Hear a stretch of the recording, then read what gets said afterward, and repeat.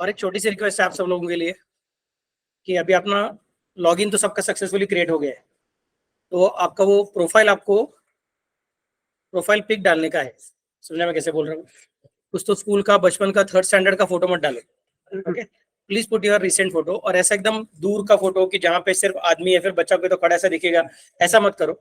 आपका चेहरा दिखना चाहिए, because specially when we'll be taking some revision lectures afterwards, or when you will be attending from online on account of any particular difficulty, तो यहाँ पे professor को फट से याद आना चाहिए, क्योंकि आपने देखा रहेगा यहाँ पे क्या दिख रहा है, सिर्फ एस पहले दिख रहा है, बाद में उसका नाम दिख रहा है। अभी मैंने गार्गी पूछा तो 2 गार्गी थे, so in that case these kind of difficulties happen, so it will be easy for the professor to immediately identify you. So एक रिक्वेस्ट है, अगर हो सके तो 1 हफ्ते के अंदर, अभी अगला मतलब मेरा हफ्ते भर तो लेक्चर है ही, बट मंडे को मैं सब चेक करूंगा कि सबका प्रोफाइल है कि नहीं करके। You are having sufficient time, तब तक अच्छा वाला फोटो निकालो, क्या करना है, सेल्फी निकालने का है, नहीं तो दोस्त को बोलने का है, please do that particular, okay? Mobile आके जाता है वो, चलेगा ना, कर देना वो वाला। हाँ, सिर्फ ऐसा रखो कि मोबाइल दिखना नहीं चाहिए। Yes, okay. So now let us start with our discussion on the first chapter of accountancy. Yesterday we had discussed about why are we considered as important profession in commerce. There is a special word which is used in our qualification, that is called a chartered. Now remember, the word chartered is also having very fascinating story. Before I start with the lecture, let me just tell that story to you in 2 minutes. कि अपना ये जो institute है 1948 में चालू हो गया। इसका मतलब ये नहीं है कि 1948 के पहले इंस्टीट्यूट नहीं था। 1948 के पहले भी इंडिया में चार्टर्ड अकाउंटेंसी का प्रोफेशन था, लेकिन तभी उसका क्वालिफिकेशन लेने के लिए क्या करना पड़ता था? इंग्लैंड एंड वेल्स का इंस्टीट्यूट था, Institute of Chartered Accountants of England and Wales. वहां पे जाके उनका क्वालिफिकेशन लेके आना पड़ता था, फिर इंडिया में उसको प्रैक्टिस करना अलाउड था, because obviously India was ruled by Britishers. So उनका अकाउंटिंग सिस्टम था, उस अकाउंटिंग सिस्टम को ऑडिट कैसे करने का उसका रूल्स भी उनका ही था, और वो रूल्स के हिसाब से तुमने पढ़ाई किया कि नहीं किया है, इसका सर्टिफिकेशन देने वाला इंस्टीट्यूट भी उनका इंस्टीट्यूट था। तो please tell me, India is which type of political system? But कौन सा वाला democracy? It is a democracy which is democratic republic, okay? And Britain is a democracy के? Britain is not a democracy, it's a constitutional monarchy. There is a difference in that particular thing. अपने पास कोई monarch नहीं है, अपने पास कोई राजा नहीं है, कोई रानी नहीं है, उनके पास राजा रानी है, और ऊपर से उनके पास पार्लियामेंट भी है। राजा को, रानी को जैसा अपने यहाँ पे प्रेसिडेंट का अधिकार है, वैसे उतना अधिकार रह गया। It's only constitutional position, nothing more than that. It's not a position coming by the bestowment by God, कि भगवान ने बोल दिया तू राजा कल से, ऐसा सब नहीं है। So it's a constitutional monarchy, but फिर भी याद रखो मोनार्की है। तो वहां पे कोई भी चीज चलता है तो राजा के हुक्म से चलता है, और राजा कौन सा हुक्म देगा, कौन डिसाइड करता है? पार्लियामेंट डिसाइड करता है। That's a different story. लेकिन फिर राजा को ये किसी ना किसी को स्पेशल अधिकार देने का अभी भी ताकत है। तो जब भी उन्होंने अपना ईस्ट इंडिया कंपनी जैसा कुछ अलग अलग कंपनी चालू किया था, तो the king used to give a special charter, CHARTER। Charter means exclusive rights. In economic terms we can call it as, economics terms we call it as monopoly. तो तुमको एक्सक्लूसिव राइट्स दिया हुआ है, but the rights are not given by any institute, the rights are given by the king, then that is called a charter. So the British king or the British monarchy had given a charter to their institute that you can decide the curriculum, you can decide the study material, you can take the examinations, you can decide the level of examinations, whether it will be tough or easy, etc. And then you are given the exclusive rights of giving the certificate to the person who completes the qualification, that he can perform a particular thing। और जिसके पास आपने दिया हुआ certificate है वही वो काम करेगा, जिसके पास सर्टिफिकेट नहीं वो काम नहीं करेगा। So in short it is a kind of monopoly. समझा मैं कैसे बोल रहा हूँ? Since it was an exclusive right granted by the king और granted by the monarch, that's why it was called a charter. अभी 1948 में ब्रिटिश चले गए, 1947 में ब्रिटिश चले गए, तो उसके बाद में उनका सिस्टम भी सब अपने को हटाने का था। तो उसके जगह पे अपने को क्या करना पड़ेगा? फिर नया सी इंस्टीट्यूट करना पड़ेगा। तो इमीडिएटली हमने 1948 में अपना नया इंस्टीट्यूट बना लिया। अपना इंस्टीट्यूट का एक्ट कौन सा? Institute of Chartered Accountants of India 1948, ऐसा करके उसका नाम है, Indian institute of Chartered Accountants of India act 1948। अभी तभी गड़बड़ हो गया। क्वेश्चन इज, अभी ये जो एक्ट है that is pass by parliament, and अपने पास किंग क्वीन नहीं है, so we cannot have the word charter because the word charter has a significant meaning. The meaning is that it is granted by the king. Now if you are saying that हमने king को हटा दिया and that, but maybe we are again using the word which connotes king or queen, that doesn't make any sense. So when we were thinking of probably using the system like America, in America there is no chartered accountant. In America there is certified public accountant. They call it a CPA. It's certified. समझना मैं कैसे बोल रहा हूँ? So they were thinking in that particular terms.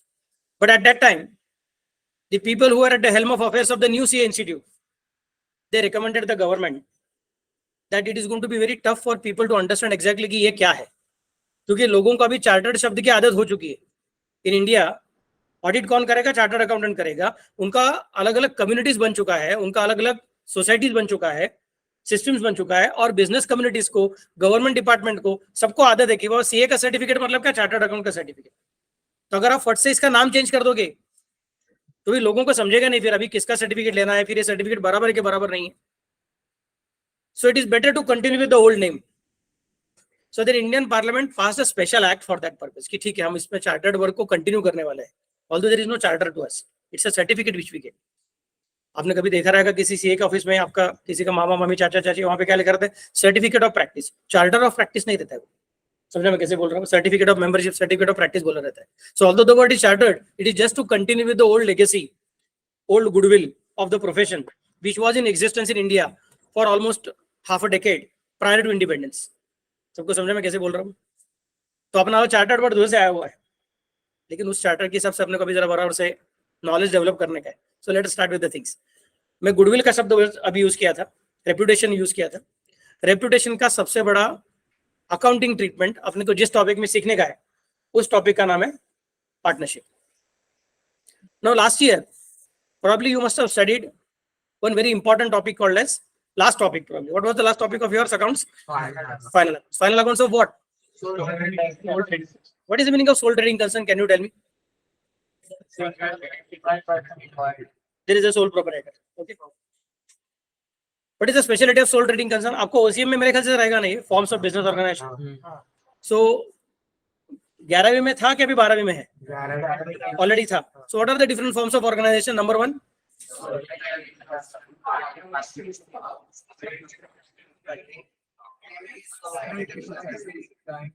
Joint in the family system नहीं है क्या? So those are the different forms of business organization which you already studied, out of which you have studied the final accounts of only sole trading concern. तो अपने को जो आगे 5 साल सीखने का है पूरा सीए का पढ़ाई, उसमें अपने को सिर्फ सोल ट्रेडिंग कंसर्न का फाइनल अकाउंट सीखने का नहीं है. अपने को पार्टनरशिप का भी फाइनल अकाउंट सीखने का है, जॉइंट स्टॉक कंपनी का फाइनल अकाउंट सीखने का है, बैंकिंग कंपनीज, इंश्योरेंस कंपनीज, उनका फाइनल अकाउंट सीखने का है. एनबीएफसी बोलते हैं. एनबीएफसी किसी को फुल फॉर्म मालूम है क्या क्या है करके? NBFC, yes, non banking financial companies, NBFC और कॉर्पोरेशंस. तो उनका अपने को फाइनल अकाउंट सीखने का है. सोसाइटीज का फाइनल अकाउंट सीखने का है कैसे बनेगा करके. तो सबके फाइनल अकाउंट की कुछ स्पेशल फीचर्स रहते हैं. Now what is the reason for all the final accounts having separate features? The reasons are basically rooted in the way in which these structures are designed. So जिसको forms of business organization नाम का आपका ओसी का topic perfectly समझ में आता है, उसको जल्दी समझेगा फाइनल अकाउंट्स में ऐसा चेंजेस क्यों होता है. Now I want you to tell me what is the distinction or what are the different points of distinction between sole proprietary concern and a partnership firm. आपको जितना याद आता है बताओ. गलत हुआ तो भी चलेगा, सही रहेगा तो भी चलेगा. Don't worry about it. Yes, tell me.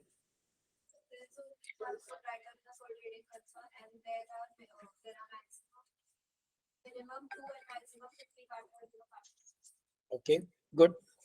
So number of owners are different. Anything else? Yes. So the profit or the loss in sole proprietorship is only considered to the owner of that one person, but in partnership firm, the profit or loss is shared between the number of partners. Very good, very good, nice. Anything else? So the capital is the capital is limited. And partnership it is unlimited. No, it's more. Okay, compared to partnership, sole proprietor is having limited capital. But then it is possible that a sole proprietary concern may be started by some king who is having huge amount of wealth, and a partnership firm may be started by some paupers who may be having very limited amount of capital. So one can argue that the contributors of capital are more in case of proprietary concern as compared to partnership firm, rather than talking about the volume of capital. Volume of capital depends upon the wealth of the owners. If the owners are wealthy, then you will find that capital can be very high. If the owners are not so wealthy, they are poor, in that case, although it's a partnership, their capital will be small. So कल अगर suppose Dhirubhai Ambani का बेटा कौन अपना मुकेश अंबानी बात करता है कि मैं चालू करूंगा एक सोल प्रोप्राइटरी कंसर्न, तो उसका कैपिटल फिर भी ज्यादा रहेगा. और हम सब लोग मिलकर अगर चालू करेंगे पार्टनरशिप फॉर्म, सपोज 50 के अंदर रखना पड़ेगा अपने को, तो भी अपना कैपिटल शायद उतना बड़ा नहीं देने वाला है. So let us not talk about the volume of capital, let us talk about how many people can contribute capital. In partnership, more people contribute to capital. In proprietary concern, only one person contributes to the capital. Okay. Anything else? So partnership deed needs to be signed. Partnership deed needs to be signed. But I think it must have been taught to you that partnership agreement can be oral. Yeah. तो oral को कैसे sign करेगा? बाहर निकाल के, हाँ बोलिए. Limited liability. And Limited, if partnership is limited liability, then it has limited liability. then you are giving distinction between proprietary concern and LLP. I am talking about proprietary concern and partnership. Yes. So that means it's actually similarity, not a distinction point. Yes. Maximum secrecy is maintained if sole trading concern and secrecy reduced in partnership. Okay, good. Because too many cooks are there to spoil the cake. Okay. Anything else?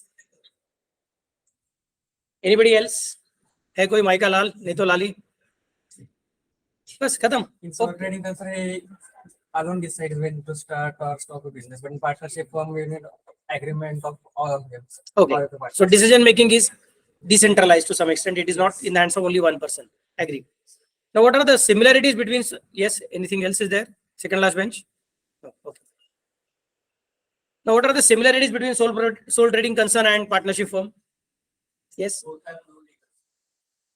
What is the meaning of legal status? They are not created by law. But then we are going to study Indian Partnership Act, which is a law. So then they are not created by law. Actually, your point is correct. They are not artificial persons. Okay. Okay. So now what is an artificial person? देखो भैया 11वीं 12वीं के लिए आपको जितना मालूम होता है परफेक्ट है. You are extraordinary student. That's not a different, that's totally out of question. तुमको जितना मालूम है तुम सुपीरियर स्टूडेंट्स हो, लेकिन अपने को भी क्या सीए भी करना है ना, थोड़ा ज्यादा पढ़ना पड़ता है, बाकी कुछ नहीं है. तो बताइए आर्टिफिशियल पर्सन का मतलब क्या है? Anybody?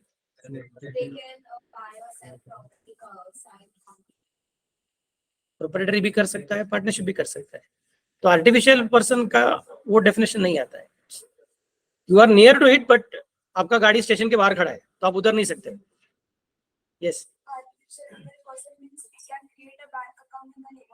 But in the name of partnership firm, in the name of proprietary concern also we can make bank account. No, that's not the reason. Anybody else? A body which is not living but exists by law. Okay, it's a technical definition, but you are not in a position to explain it. I want some explanation for this. Yes. A non-living entity which can do all the deals and contacts. Please tell me, all of us are artificial person or we are natural person? We are person ke we are individual. So person is a big term. Individual is a small term. Individual is a term which is used basically for the purpose of natural human beings. Whereas person is a term which is used not only for natural human beings, but it is also used for artificial persons. तो artificial person और हम में क्या फर्क है? हमारा जन्म होता है, जन्म होने के बाद में मम्मी डैडी को समझता है कि जेंडर क्या है, उसके बाद में डिसाइड करते हैं कि नाम क्या रहेगा. शायद पहले से उन्होंने डिसाइड करके रखा रहेगा कि अगर लड़का हुआ तो ये नाम, लड़की हुई तो वो नाम, बट अल्टीमेटली क्या होता है बाद में फिर डिसाइड होता है क्या करने का क्या नहीं करना. हमारा जन्म होता है, उसके बाद में मम्मी डैडी बोलते हैं बचपन में ही वो झूला रहेगा, काय मराठीत म्हणतो त्याला पाळणा असेल, त्यातनं बाहेर काढून मेरा बेटा इंजिनियर बनेगा, मेरा बेटा चार्टर्ड अकाउंटेंट बनेगा. ऐसा नहीं होता है ना. इवन इफ दे डिसाइड, लेकिन बाद में आप जो स्कूल में अलग अलग रंग दिखाते हो तो धीरे धीरे उनका ओपिनियन चेंज होता है, जाने दो इसको नहीं जमेगा, नहीं जाने दो ये अच्छा कर सकेगा, कुछ और भी हो सकता है. समझने में कैसे बोल रहा हूँ? So then slowly our behaviour start changing, our goal start changing. बचपन का अपना पहला गोल क्या सोच के देखो, तुमको क्या बनने का था करके. तो आपको चार्टर्ड अकाउंटेंट बनने का था, ऐसा जिंदगी में पहला ख्वाब नहीं था आपका. शायद आपको शायद सिनेमा थिएटर का डोर कीपर बनना था, या फिर मे बी आपको क्या वो तुम्हारा रेलवे गाड़ी का ड्राइवर बनना था, फिर एरोप्लेन का पायलट बनना था, soldier is very famous. There are many things. और किसी को हीरो बनने का रहता है, लड़कियों को हीरोइन बनने का रहेगा, हीरो नहीं बनने का रहेगा. बट यस, किसी को सुपरमैन बनने का रहता है, और बचपन में हनुमान भी बनने का रहता है सबको. There are so many different things which we think of. यार छोटा भीम बनने का, लड्डू खाने का रहता है. So then there are so many things which happen there. But most important thing is we are not pre planned. We go on changing our goals over a period of time and it is allowed. और कितने तो लोग chartered accountant बनने के बाद नहीं बोलेंगे बस हो गया, मुझे नहीं करना है काम. Example, look at me, I am a chartered accountant but I am more happy in teaching in the class as compare to doing the work of audit etcetera.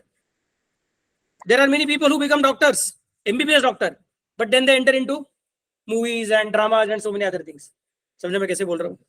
तो यार मतलब होशियार भी है, पढ़ाई भी कर रहा है, पढ़ाई पूरा कर दिया, क्वालिफिकेशन भी ले लिया, लेकिन काम करने को अलग जगह पे चला गया. So anything can happen. People go for studying engineering and then they join bank. Anything happens. We are individuals. अपना भविष्य अपने हाथ में भी रहता नहीं, हम कुछ भी कर सकते हैं. We are all guided by God. समझे मैं कैसे बोल रहा हूँ? Whereas take the case of artificial person, it is not created by God. Artificial person is created by us, by the structure, by the society.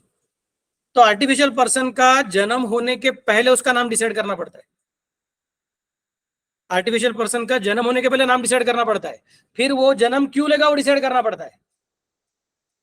तो suppose कौस्तुभ sir ने decide किया ambition commerce institute private limited किसके लिए चालू करना है? Commerce का training देने के लिए चालू करना है. ऐसा कौस्तुभ सर ने डिसाइड किया. और बाद में सर को समझा, अरे यार अभी नया एजुकेशन पॉलिसी आने वाला है, न्यू एजुकेशन पॉलिसी, तो वहां पे शायद 8, 9, 10 के बच्चों को भी कुछ एक्स्ट्रा सपोर्ट लगेगा.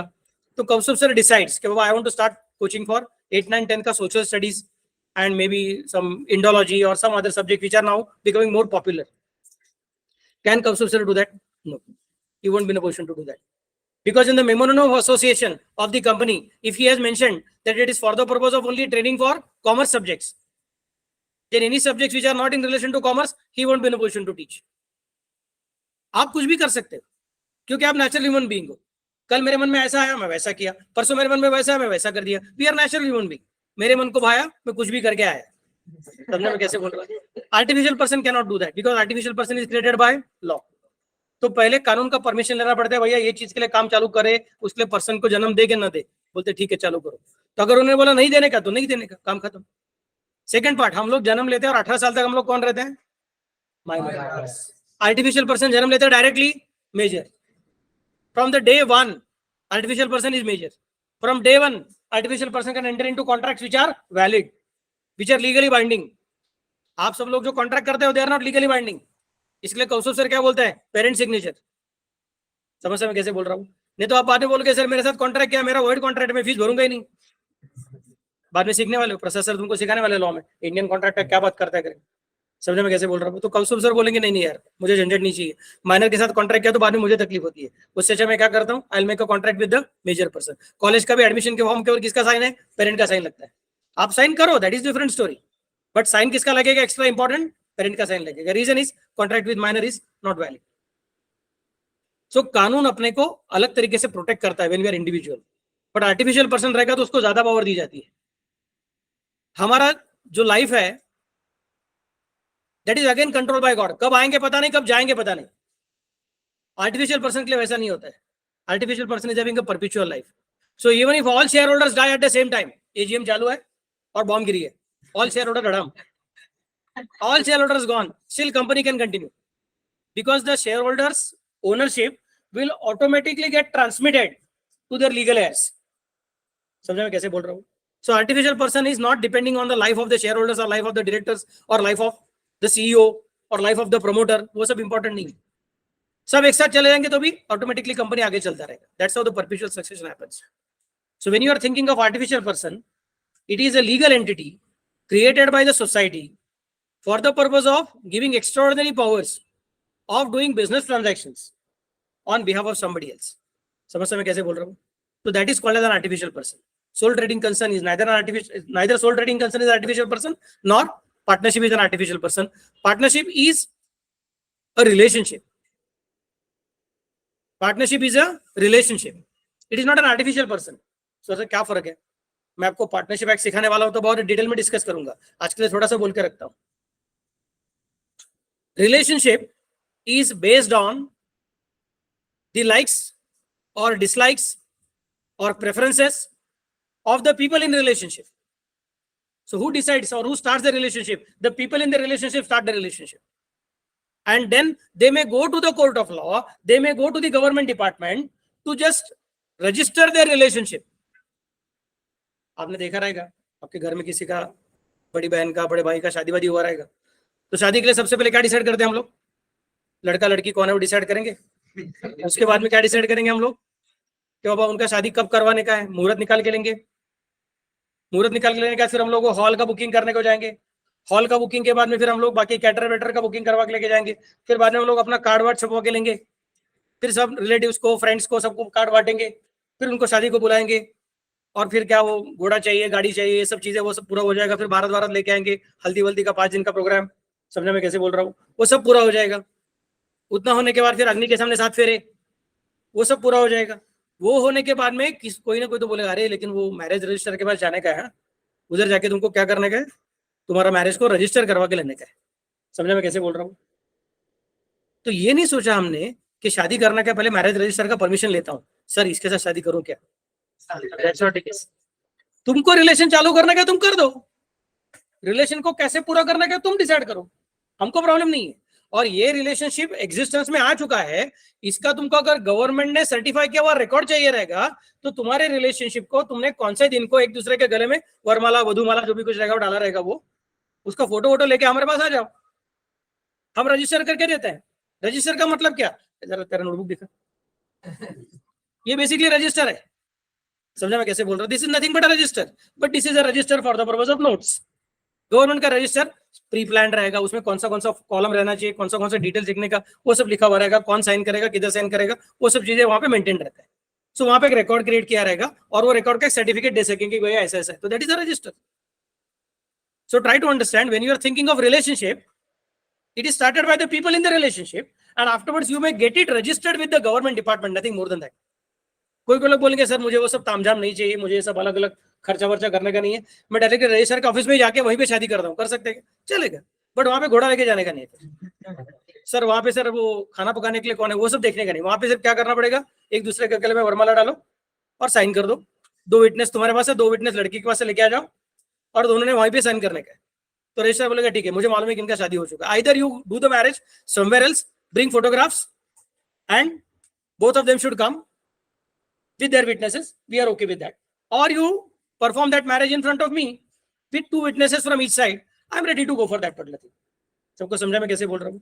तो सिर्फ क्या है, रिलेशनशिप तुमने खुद ही डिसाइड किया था, रजिस्टर का परमिशन नहीं लिया था। सर अच्छा लगता है, तुमको अच्छा लगता है, तुम देखो भैया क्या कर, सर आप रजिस्टर हो, प्लीज मुझे बात करवा के दो, वो बोलेगा नहीं हमारा वधूवर सूचक मंडल नहीं है। सबको समझा मैं कैसे बोल रहा हूँ? So the logic is very simple, relationships are created by us, not created by law. We may formalize the relationship and specify that in this relationship, what are the rights of both the parties or what are the rights of all the parties. For that purpose, we want to take the help of some pre-coded legal document. Then we can specify that okay, we are having a particular law. So one can argue that हमारा relationship है, but इसको हमको क्या करने का है, इसको हमको हिंदू मैरिज एक्ट के हिसाब से इंट्रोड्यूस करवाने का है। कोई बोलेगा नहीं हमारा रिलेशनशिप है बट हमको हिंदू मैरिज एक्ट के हिसाब से कन्वर्ट नहीं करना है, कंसिडर नहीं करने का, बल्कि हमारे rights and duties we want to be under Islamic marriage act. somebody will say sir Parsi marriage act, somebody will say नहीं sir Christian marriage act, somebody will say नहीं सर हमारा मैरिज है ही नहीं, हमको तो चाहिए इंडियन पार्टनरशिप एक्ट। चलो भैया ठीक है, तो rights and duties of husband wife, similarly rights and duties of partners. समझ रहे मैं कैसे बोल रहा हूँ? उसको तुम फॉर्मलाइज करवा लेते हो, but it is not an artificial person. क्यों? बिकॉज आर्टिफिशियल पर्सन में सबसे बड़ा पावर कौन सा रहता है? It is having perpetual succession. What is the meaning of perpetual succession? The ownership gets automatically transferred. In case of partnership, ownership does not automatically get transferred. If a partner dies, if a partner expires, then the partnership is automatically dissolved. with थोड़ा tension आएगा। याद रखना, you are chartered accountancy student, एक एक शब्द की तरफ ध्यान देने का। मैंने बोला पार्टनरशिप इज डिसॉल्व, मैंने ये नहीं बोला फर्म इज डिसॉल्व। फर्म अभी भी चालू रह सकता है। There are 4 partners, just an example, A, B, C, D, 4 partners है, D एक्सपायर हो गया, तो क्या डिसॉल्व हो चुका है? पार्टनरशिप डिसॉल्व हो चुका है, बट फर्म अभी तक डिसॉल्व नहीं हुआ है।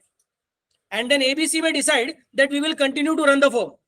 Then it is a new partnership, which will be not in the name of ABCD. It will be in the name of only ABC. They may continue to use the old name also. That is also possible. But it will be a partnership of only ABC then. It will not be the same old partnership. अगर तुम उसको old partnership को continue करने का बात करोगे, तो D के जो legal heirs है, वो बोलेंगे हम भी partner बन जाएंगे. Which is not allowed. Sir आपने बोला था शेयर होल्डर्स का एजीएम चालू था, बॉम्ब गिर गया, सब लोग मर गए, तो भी अगले उनके लीगल एयर्स बन सकते हैं. वो कंपनी था ना, वो आर्टिफिशियल पर्सन है. ये कंपनी नहीं है, ये पार्टनरशिप फॉर्म है. ये आर्टिफिशियल पर्सन नहीं है. अगर आर्टिफिशियल पर्सन नहीं है, इसका मतलब अगर पार्टनरशिप का मीटिंग चालू है और बॉम्ब गिर गया और चारों पार्टनर्स गायब, तो in that case partnership form भी गायब, पार्टनरशिप भी गायब और फॉर्म भी गायब. Legal heirs can not say that नहीं है तेरे पिताजी और इसके पिताजी दोनों पार्टनर्स थे ना, तो दोनों एक्सपायर हो गए मतलब तुम दोनों पार्टनर बन गए. No, you can not transfer the relationship. सबको समझा मैं कैसे बोल रहा हूँ? What the idea, what I am trying to specify. थोड़ा सा अटपटा एग्जांपल है, बट शायद तुमको जल्दी समझ में आएगा मैं क्या बोल रहा हूँ. मिस्टर एक्स का बेटा, उसका नाम है मिस्टर वाई. मिस्टर वाई ने, चलो हाँ, मिस्टर वाई भी है और मिस्टर एक्स भी है. मिस्टर एक्स अभी बड़ा आदमी है, 60-65 साल का आदमी है. समझ मैं कैसे बोल रहा हूँ?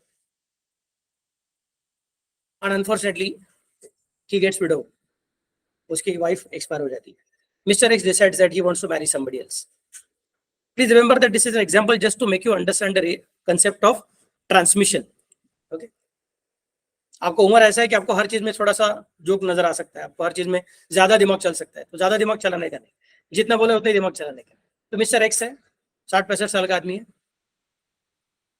और उसकी वाइफ एक्सपायर हो गई है. वो डिसाइड करता है कि मुझे किसका शादी करना है फिर से एक बार, अभी मैं बुढ़ा हो गया हूँ, मुझे कोई तो कंपेनियन चाहिए और अगर, तो he decides to marry another lady who is let us say another window. तो वो भी एक 55-60 साल की औरत है उसके साथ, बट उसको ऑलरेडी एक बेटी है. समझ में कैसे बोल रहा हूँ? और बेटी का भी उम्र कुछ तो 30-35 साल है. बेटी का अभी तक शादी नहीं हुआ है. जैसे एग्जाम्पल, मिस्टर एक्स है और ये नई बीवी के साथ शादी करने वाला भी वो, और उसकी एक बेटी है. सपोज शादी के बाद में वो जो 60-65 साल की उसकी नई वाइफ है, सपोज एक्सपायर हो जाती है. Now you tell me, the relationship is automatically transmitted? The relationship is not transmitted. वो जो लेडी है उसके साथ शादी हुआ है, लेडी एक्सपायर हो गई, तो automatically now you become my wife. ऐसा हो सकता है क्या? That's not possible. Relationship is between the two people, and of the two people if anyone expires then automatically relationship is gone. You can't say नहीं sir, shareholding में क्या था, shareholding get transmitted कि नहीं, तो now wife relationship also got transmitted. That is not possible. The relationship doesn't get transmitted. The relationship is only between the people who are interested in that relationship. And those people, any one of them expires, then they cannot force, the remaining one cannot force to the legal heirs that तुमको ये relationship आगे continue करवाना पड़ेगा. That happens only in case of joint stock company. वहाँ पे relationship है ही नहीं, वहाँ पे तुम्हारा ownership is on the particular shares which you are holding, not on the entire company also. So it's a totally different structure. So आपने जो बोला था कि it is not an artificial person, तो उसका मतलब ये है, उसको कानून है कि हाँ उसको कानून है, बट कानून का बेसिक मकसद क्या है? आपने जो ट्रांजैक्शन किया है, रिलेशनशिप किया है, उसको हमको रजिस्टर करवा के लेने का है, उसको कुछ तो एक लीगल स्टेटस देने का, but it's not a separate legal status. It is going to give you some coding कि भैया आपस में आपकी रिलेशनशिप इस तरह से बना के रखो.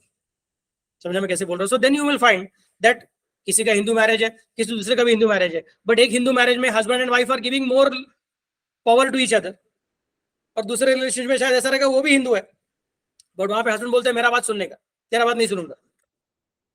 सर ये भी हिंदू मैरिज, वो भी हिंदू मैरिज, तो इधर वाइफ का बात सुनता है, इधर वाइफ का बात सुनता नहीं है, तो क्या बराबर? मैं बोलूंगा नहीं. अल्टीमेटली हिंदू मैरिज से ऐसा भी कर सकता हो, वैसा भी कर सकता, तुमको जो करना क्या करो. समझा मैं कैसे बोल रहा हूँ? Same is the case with partnership. It is not created by law. It is created by the people in the relationship, and afterwards they get it formalized, they get it noted, they get it registered with the registrar. But that does not mean the registrar is creating the same. That does not mean the law is creating the same. I hope it is clear to all of you. Any other similarity can you tell me?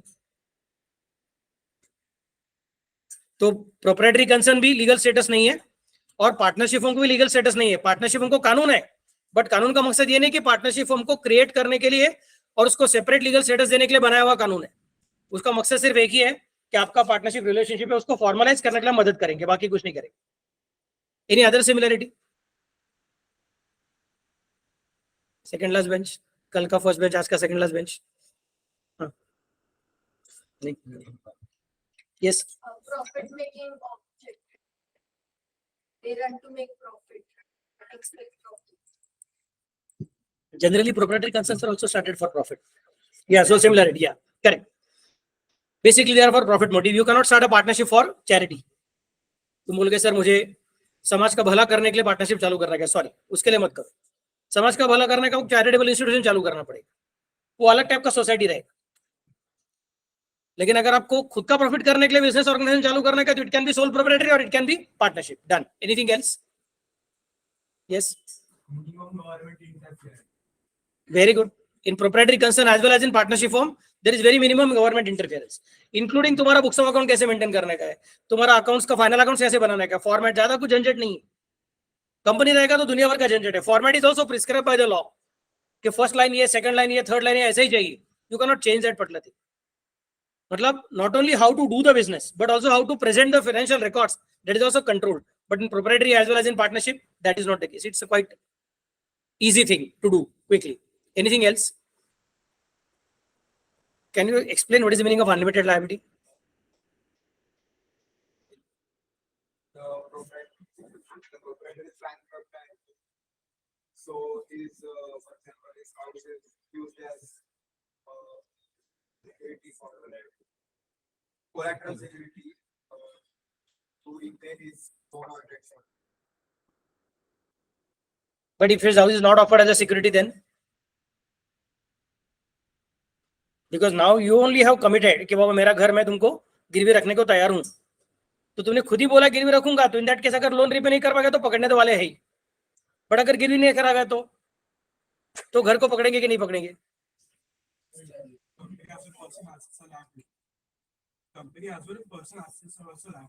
Company नहीं है, company तो है ही नहीं, company है ही नहीं अपने पास अभी. हम तो पार्टनरशिप में तो सोल प्रोप्राइटरी का बात कर रहे हैं.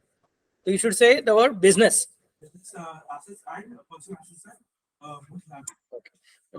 Yes. The logic is unlimited liability म्हणजे, now this is very fascinating. Try to understand. When we are thinking of a proprietary concern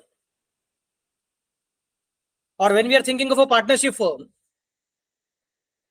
तो क्योंकि उसको सेपरेट लीगल स्टेटस नहीं है, इसकी वजह से there is no distinction. You can not say that sir ये मैं हूं और ये मेरे सोल प्रोप्राइटरी फर्म है, सर ये हम लोग हैं पार्टनर्स और ये हमारी पार्टनरशिप फर्म है. That's not possible. कानून बोलेगा ये तुम हो और यही तुम्हारी सोल प्रोप्राइटरी फर्म है. डोंट से दैट सर मैं अलग मेरी फर्म अलग. नहीं सर मेरे फर्म के नाम से बैंक अकाउंट है, होने दो, that is okay for us. नहीं सर मैं फर्म के नाम से अकाउंट यूज करता हूं, मेरा खुद का सरनेम मोरे है लेकिन हमारे दुकान का नाम गणेश प्रोविजन स्टोर्स है. तो सर देखो ना मेरा नाम अलग है, मेरा नाम आनंद है, गणेश नहीं है, मेरा सरनेम भी मोरे है, उसमें गणेश है ही नहीं, फिर भी गणेश प्रोविजन स्टोर्स नाम रखा हुआ है. तो सर ये तो अलग हो गया ना. मतलब बोलेंगे नहीं आपको नाम रखने का रखो, दैट इज ओके. आपको क्या नाम रखने का, गणेश रखने का, गजानंद रखने का, शंकर रखने का, भोलेनाथ रखने का, क्या आर्यन रखने का, पार्श्वनाथ रखने का, जो रखने का रखो, हमको कुछ फर्क पड़ता नहीं. मोस्ट इंपॉर्टेंट क्या है कि वो और आप अलग नहीं हो. यू कैन से सर नहीं ये दुकान है, ये दुकान का एसेट्स है, ये एसेट्स के लिए मैंने बाहर से लोन लिया हुआ था, अब अगर लोन रिपे नहीं कर पाया तो दुकान के अंदर का एसेट्स आप बेच ले आओ, लेकिन ये मेरा घर का एसेट्स है, ये आनंद मोरे नाम का एसेट्स है और ये गणेश प्रोविजन स्टोर नाम का एसेट्स है. तो गणेश प्रोविजन स्टोर का एसेट्स अगर कम पड़ता है गणेश प्रोविजन स्टोर्स का लायबिलिटी रिपे करने के लिए, तो जितना कम पड़ेगा उतना बाहर वालों का नुकसान, मेरे घर को हाथ मत लगाओ, ऐसा बोलना अलाउड नहीं है. हम बोलेंगे वो गणेश प्रोविजन स्टोर और ये आनंद मोरे दोनों से. समझ में कैसे बोल रहा हूँ? नहीं सर ये जब लिया ना तो मैं साइन कैसे किया आनंद मोरे, और ये जब लिया ना तो साइन कैसे किया, ऊपर स्टैम्प मारा for Ganesh provision store proprietor. तो sir it is not for Anand More, it is for Ganesh provision store. तो सर ये अलग है ना और ये अलग है, बोलते नहीं तू अलग अलग कितना भी बात कर, that is okay, that is for your convenience, for telling your family members कि बाबा ये अपना दुकान का चीज है, इसको घर पे लेके मत आओ, वो समझने के लिए अच्छी बात है. But for outsiders Ganesh provision stores and Anand More are one and same. सबको समझा मैं कैसे बोल रहा हूँ? Same is a case with partnership. तो आपने उसको सिक्योरिटी करके, कोलैटरल सिक्योरिटी करके ऑफर किया है कि नहीं किया, फर्क पड़ता नहीं है. इवन इफ दीज एसेट्स तो फिर अगर तुमने प्रोप्राइटरी बिजनेस चालू किया था, उसमें तुमने लायबिलिटीज बढ़ा के रखे और वो liabilities are not possible to be repaid out of the assets of the business, तो तुम्हारे घर के एसेट्स वो भी लेके जाएंगे, जो तुमने खुद ने क्रिएट किए रहेंगे वो भी लेके जाएंगे। वो कम पड़ेंगे तो तुम्हारे पुरखों ने जो बना के रखे थे और तुम्हारे नाम से ट्रांसफर करके रखे थे वो भी लेके जाएंगे। यू कैन से दैट नहीं सर वो तो मेरा नहीं है ना, मेरे दादाजी ने बना के रखा था, दैट इज ओके, बट ये आपके नाम से है ना, मतलब इसको यूज कर सकते हैं। So same problem happens with partnership. So partnership is beneficial as compared to proprietary concern because number one, it gives you more number of owners, it gives you more capital contributors, it gives you more experts. It is not forcing you to deal or to work with only those people who are coming in your life on account of status. It helps you to work with the experts who probably would have never come in your life at all because they are not your family members, but still you can work with them. So myself and Kapsu sir, we can work together. I am not his brother. I am not his sister. He is not my brother. He is not my sister. We are not husband wives. So काम खत्म. फिर काम कैसे हो सकता है? This is neither a proprietary concern nor a joint Hindu family system. हम लोग काम इकट्ठा कर कैसे सकते हैं? Because we are having partnership act. That helps us for the purpose of working. So partnership is obviously superior. It helps you to work with experts in different field who probably are not your blood relatives, and there is no chance of they becoming a part of your family at any point of time in your life. Still you can work with them. You can get the benefits of their expertise and you can give the benefit of your expertise to them. So it works systematically. It's a good thing. But it has some difficulties which are faced by the sole proprietary concern also. Biggest difficulty is unlimited liability. और proprietary concern का unlimited liability फिर भी ठीक है. Partnership का unlimited liability बहुत dangerous है. क्योंकि proprietary concern में तुम खड्डे में गए इसलिए तुम्हारा पैर टूटा, और पार्टनरशिप फॉर्म में तुम पीछे बैठे थे गाड़ी में, तुम्हारा पार्टनर वर्किंग पार्टनर था, गाड़ी चला रहा था और उसने खड्डे में डाला तो भी तुम्हारा पैर टूटा.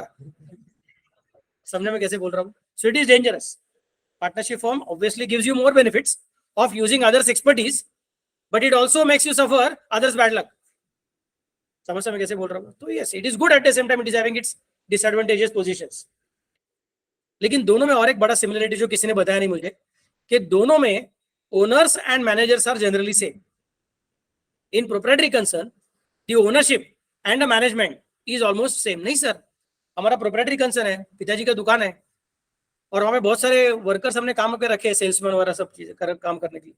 तो सर आपने क्या बोला, ownership and management is one and the same? नहीं, हमारे पास तो काम करने के लिए लोग हैं, नौकर लोग हैं, तो नौकरी करते पिताजी के पास. Yes, what you are saying is true, but the responsibility of taking decision is still with your father or mother, as the case may be. There is no separation of ownership from management like that of company. In case of company, there is complete separation of ownership from management. Shareholders are not having any right. मैं shareholder हूं ना, मतलब मैं जो बोलूंगा करना पड़ेगा. बोलेंगे नहीं सर, आप shareholder हो, आपको क्या आता है? मैं बोलूंगा मैं चार्टर्ड अकाउंटेंट है. सर आपको अकाउंट्स आता है? अच्छी बात. टैक्स आता है? अच्छी बात. ऑडिटिंग आता है? अच्छी बात. बैंक ऑडिट करने को आता है? अच्छी बात. थोड़ा इन्फॉर्मेशन टेक्नोलॉजी समझ में आता है? अच्छी बात. इकोनॉमिक्स समझ में आता है? Very good. लॉ समझ में आता है? अच्छी बात. Financial management, very good, sir, we are happy.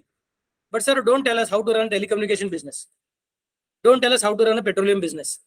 समझ में कैसे बोल रहा हूँ? पेट्रोलियम को कैसे वो रिफाइन करने का, क्या करने का, वो हमको पता है sir. So for that purpose, we are going to have different people completely all together. Don't tell us how to create a new type of air conditioner and other thing. हम डिसाइड करेंगे क्या करने का, क्या नहीं करने का. आपके पास पैसा है, आप अपना पैसा हमको दे रहे हो, आप शेयर होल्डर बन गए, हम अभी एक्सपर्ट्स को अपॉइंट करेंगे, इंजीनियर्स एंड सब. हाँ, आपको अकाउंटिंग का काम करने को आना क्या है, that's possible. But then you can't say that because मैं शेयर होल्डर हूं मतलब मैं ही अकाउंटेंट बनूंगा. That you can't say. आपको अकाउंटेंट करके अपॉइंट करने का है तो आपको फिर से इंटरव्यू करने के लिए आना पड़ेगा. और तब ऐसे नहीं बोल सकते है मैं शेयर होल्डर है, चल मैं ओनर है. ये सब बात नहीं करने.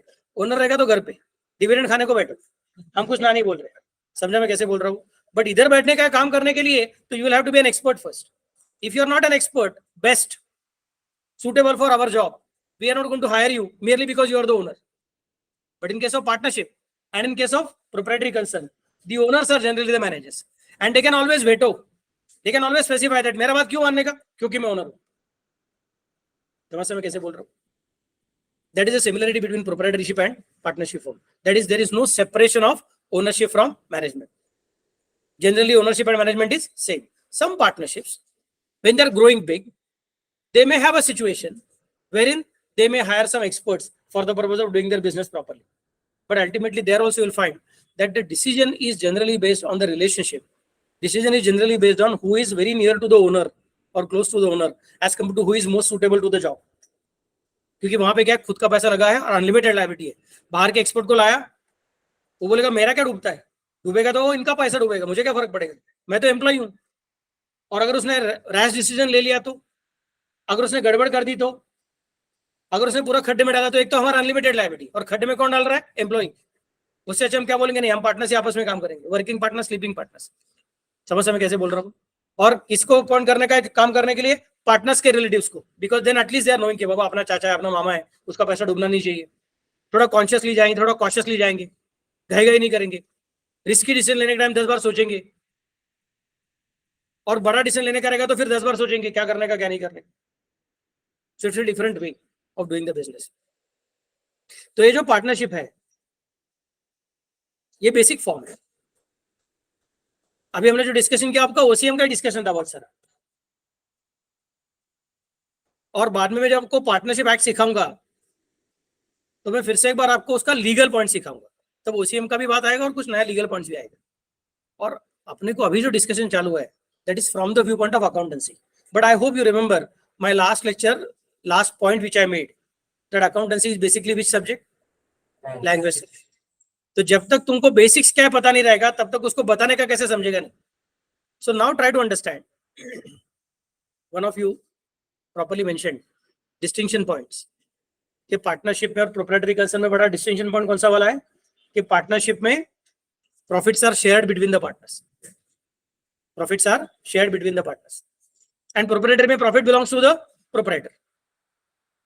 तो ये प्रॉफिट शेयरिंग क्यों करना पड़ेगा, because there are multiple owners. Now try to understand how can you create profit sharing. What are the ways you should keep in mind when you're thinking of profit sharing? Tell me, is it necessary that in a partnership all the partners must be working partners? Is it possible? Yes. Is it necessary? No. ऐसा हो सकता है क्या, हाँ हो सकता है, but ऐसा ही होना चाहिए क्या, नहीं ऐसा होना चाहिए, ऐसा कुछ कंपल्शन नहीं. So then a situation may arise that let say आज से 20 साल के बाद 20 साल 10 साल के बाद की बात करेंगे, आप लोग चार्टर्ड अकाउंटेंट बन चुके हो, first attempt chartered accountant, okay. And then आप लोग डिसाइड किया कि नहीं मुझे वो सीए का प्रैक्टिस में ज्यादा मन नहीं लग रहा है, मुझे भी आनंद सर के जैसा, कौशल सर के जैसे सिखाने का है. तो you decide to start your own coaching classes. फिर तुम अपने मन में पूछते हो कि यार कोचिंग क्लासेस क्यों चालू करने का, खुद का क्यों चालू करने का, कौशल सर का क्लास है ही, आनंद सर का क्लास है ही, चलो हम उनको ही बोलते सर हमारे साथ पार्टनर बन जाओ. तो you are coming to us, sir चलो पार्टनरशिप चालू करते हैं कोचिंग क्लास. मैं और कौशल सर तब तक और बुढ़े हुए रहेंगे, तो हम बोलते हैं यार अभी नहीं जमता है, इतना नहीं जमता है. ठीक है, मतलब हम लोग जब जवान थे तभी हम लोग कर रहे थे, बट अभी तो बस थक गए हम लोग, ज्यादा नहीं कर सकते. जस्ट एग्जाम्पल, ऐसा कुछ जल्दी थकने वाले नहीं है हम लोग, जस्ट एग्जाम्पल. तो तुम बोलते सर आप टेंशन मत लो ना, आपके पास बड़ा बड़ा क्लासरूम्स है, आपके पास एयर कंडीशनिंग क्लासरूम्स है, आपके पास प्रोजेक्टर है, आपके पास पूरा सिस्टम से रेडी मस्त से. तो सर आप लोग ना सिखाना बंद ही कर दो, झंझट मत लो, आप आराम करो, सुबह उठने का, डेक्कन जिमखाना में घूमने को जाने का, मस्त से, टेंशन मत लो. इधर लेक्चर मैं लेता हूँ वर्किंग पार्टनर, क्योंकि सर मेरे पास ना क्लासरूम परचेस करने के लिए पैसा नहीं है, बेंचेस परचेस करने का, एसी परचेस करने का बहुत सारा खर्चा जाएगा सर. फिर वो अगर मैं इन्वेस्ट करके रखूंगा ना, तो फिर it will take lot of time for me to actually recover the entire money which is invested in all this different assets. It will be very difficult for me. उससे अच्छा चलो आपका भी फायदा मेरा भी फायदा, आप रिटायर हो जाओ, आपका ये जो एसेट्स है वो हम पार्टनरशिप फॉर्म का एसेट्स करके कन्वर्ट करेंगे और फॉर्म उसको यूज करेगी, मैं यहाँ पे आके सिखाऊंगा. तो आपको आराम करने का चांस मिलेगा, मुझे काम करने का चांस मिलेगा, मुझे क्लासरूम परचेस करने का झंझट नहीं, आपको एक क्लासरूम को कौन यूज करेगा उसको सोचने का झंझट नहीं, आपका स्टूडेंट आपको टेंशन नहीं. अच्छी बात, गुड. बोल तो ठीक है, फिर प्रॉफिट शेयरिंग कैसे करने का, now there is a complication. मैं बोल सकता हूँ इक्वल इक्वल. तुम बोलोगे सर अभी आप तो सुबह आराम से उठोगे और डेक्कन जिमखाना में चलने को जाओगे, फिर किधर जाके वैशाली रूपाली में जाके नाश्ता वास्ता करोगे, बाद में घर पे जाओगे, और बाद में दोपहर को फिर से एक बार सोने का, फिर से शाम को इधर घूमने को जाओगे, टहलने को जाओगे, किधर क्या गाने का प्रोग्राम, ये प्रोग्राम वगैरह करके, और मैं इधर दिन भर काम करता रहूंगा और आपको आधा मुझे आधा. This is a complicated thing, how to solve this particular thing. मैं बोलूंगा फिर ठीक है ना, तू कैपिटल लेके आ जा. बोलते सर मेरे पास कैपिटल नहीं है, मेरे पास काम करने की ताकत है, मेरे पास डेडिकेशन है, मेरे पास इंटेलिजेंस है, इंटीग्रिटी है, मैं आपको फंसाऊंगा नहीं सर. बोला गुड नाइस, अब इसको सॉल्व कैसे करने का, क्योंकि मुझे लगता है मुझे आधा मिलना चाहिए, तुमको लगता है तुमको आधा मिलना चाहिए, आधे से ज्यादा मिलना चाहिए, तो बोल सकते हो ठीक है, let us create a different situation now. What can we create? तू काम कर रहा है ना, तो तू काम करने का सैलरी ले ले। तू काम कर रहे थे, तू काम करने का सैलरी ले ले। अगर सपोज तू मेरे पास पार्टनरशिप के लिए नहीं आता था, तो तुझे क्लासरूम के लिए क्या करना पड़ता था? कैपिटल लेके आना पड़ता था, और कैपिटल तेरे पास नहीं था तो तू क्या करता था? बैंक लोन लेके आता था। तो बैंक लोन को तू क्या वापस देता था? इंटरेस्ट देता था। तो ऐसा करते हैं, मैंने कैपिटल लाया है ना, उस कैपिटल के ऊपर मुझे क्या देने का? इंटरेस्ट। और तू काम कर रहा है ना, तुझे काम के लिए क्या देने का? सैलरी। फिर तेरा सैलरी देने के बाद और मेरा इंटरेस्ट ऑन कैपिटल देने के बाद जो प्रॉफिट बचेगा वो प्रॉफिट आधा आधा। समझा मैं कैसे बोल रहा हूं? काम करने वाले को सैलरी देंगे, पैसा देने वाले को इंटरेस्ट देंगे। लैंड, लेबर, कैपिटल, एंटरप्रेन्योर, ऐसा था आपको कि नहीं था? Factors of production. तो कैपिटल को क्या मिलता है? इंटरेस्ट, तो मुझे इंटरेस्ट मिलने दो। और लेबर को क्या मिलता है? वेजेस, तो तुम सैलरी ले लो। क्या रे, समझ मैं कैसे बोल रहा हूँ? तो अच्छी आइडिया है। और उसके बाद में जो प्रॉफिट बचेगा वो आधा आधा। अभी तो कुछ प्रॉब्लम नहीं है, क्योंकि मुझे सैलरी नहीं मिलेगी और तुझे इंटरेस्ट ऑन कैपिटल नहीं मिलेगा। मुझे सैलरी नहीं मिलेगी मतलब तेरी जान नहीं चलेगी, और तुझे इंटरेस्ट ऑन कैपिटल नहीं मिलेगा मतलब मेरी जान नहीं चलेगी। तो दोनों की जान शांत हो गई। उसके बाद में फिर बचा कुछ प्रॉफिट हम लोग इक्वली शेयर करेंगे। बोलते हैं दिस इज गुड आइडिया। तो हमने एग्री किया। Remember, partnership is a relationship coming out of agreement. हमने एग्री किया ऐसा काम करने का। फिर सैलरी कितना देने का? फिर से अभी बैठना पड़ेगा उसके लिए। मैं बोलूंगा पर मंथ 1 रुपी। तुम बोलोगे नहीं sir, per month 1 lakh rupees. क्योंकि सर मेरे जैसे चार्टर्ड अकाउंटेंट अगर इतना इतना काम करता है, इतना तो किसी भी हालत में कमा ही लेते हैं सर। किसी दूसरे बड़े कंपनी में जाके काम करेगा तो भी कम से कम 1 लाख तो पर मंथ का लेता ही है। तो मुझे 1 रुपया नहीं चाहिए, मुझे 1 लाख रुपया चाहिए। मैं बोलूंगा ठीक है, फिर मुझे भी 12% इंटरेस्ट चाहिए। समझा मैं कैसे बोल रहा हूँ?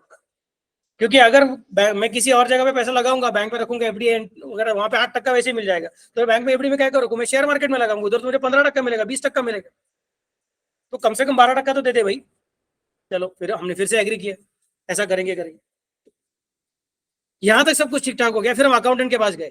अकाउंटेंट को बोला, अकाउंटेंट हमारा एग्रीमेंट है। बोलते क्या एग्रीमेंट है सर? इसको सैलरी मिलने वाला है पर मंथ 1 लाख रुपीज, और मुझे इंटरेस्ट मिलने वाला है at the rate of 12% per annum. तो अकाउंटेंट बोलेगा हाँ सर, और बाद में क्या? बाद में प्रॉफिट बचेगा। उस प्रॉफिट का क्या करना है सर? वो हम दोनों को ट्रांसफर करने का equal. Good, we are happy. फिर अकाउंटेंट बोलते लेकिन sir there is a complication. क्या कॉम्प्लिकेशन? सर आपने ही क्लास में सिखाया था कि partnership is not having separate legal status. मैं बोला हाँ फिर? तो सर सेपरेट लीगल स्टेटस नहीं है तो इसका मतलब कानून की नजर में आप और आपकी पार्टनरशिप अलग नहीं है। मैं बोलता हूँ हाँ। आपने बोला था sir Ganesh provision store and Anand More अलग नहीं है। तो अगर यहाँ पे गणेश प्रोविजन स्टोर है, आनंद मोरे और एक पर्सन है, तो ये 3 लोग अलग अलग है कि 3 लोग एक ही है पकड़ने का, कि 3 की जगह पे 2 ही लोग ऐसा कंसिडर करने का? This is a complicated thing. मैं बोलता तुझे क्या फर्क पड़ता है, रहने देना कुछ भी, वो मैं और कानून देख लेंगे। तुझे, तू तो अकाउंटेंट है ना, तो अकाउंटेंट का काम कर। बोलते सर लेकिन अकाउंटेंट को अल्टीमेटली लॉ को ध्यान रखना ही पड़ता है। तुझे क्या फर्क पड़ेगा? बोलते सर एकदम सिंपल एग्जांपल, उधर कौन लड़की, उसका तबीयत ठीक नहीं है क्या? क्या हो गया उसको? बरोबर नहीं पड़ा?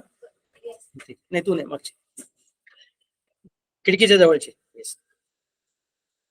सिंपल एग्जांपल, ये मेरा मोबाइल फोन है, मैंने दुकान से परचेस किया, क्या 60-70 हज़ार का रहेगा। फिर मैं घर पे लेके आया, मैंने एंट्री कर दिया mobile phone account debit to cash और बैंक अकाउंट 60-70 रुपीज जो भी कुछ रहेगा वो। उसके बाद में फिर मैंने क्या कर दिया, चलो मुझे प्रॉफिट कमाने का है। कैसे प्रॉफिट कमाऊंगा? This is my right hand, this is my left hand. मैं बोलता हूँ my mobile is sold by my right hand to my left hand at ₹90,000, so I made a profit of ₹20,000। समझा मैं कैसे बोल रहा हूँ?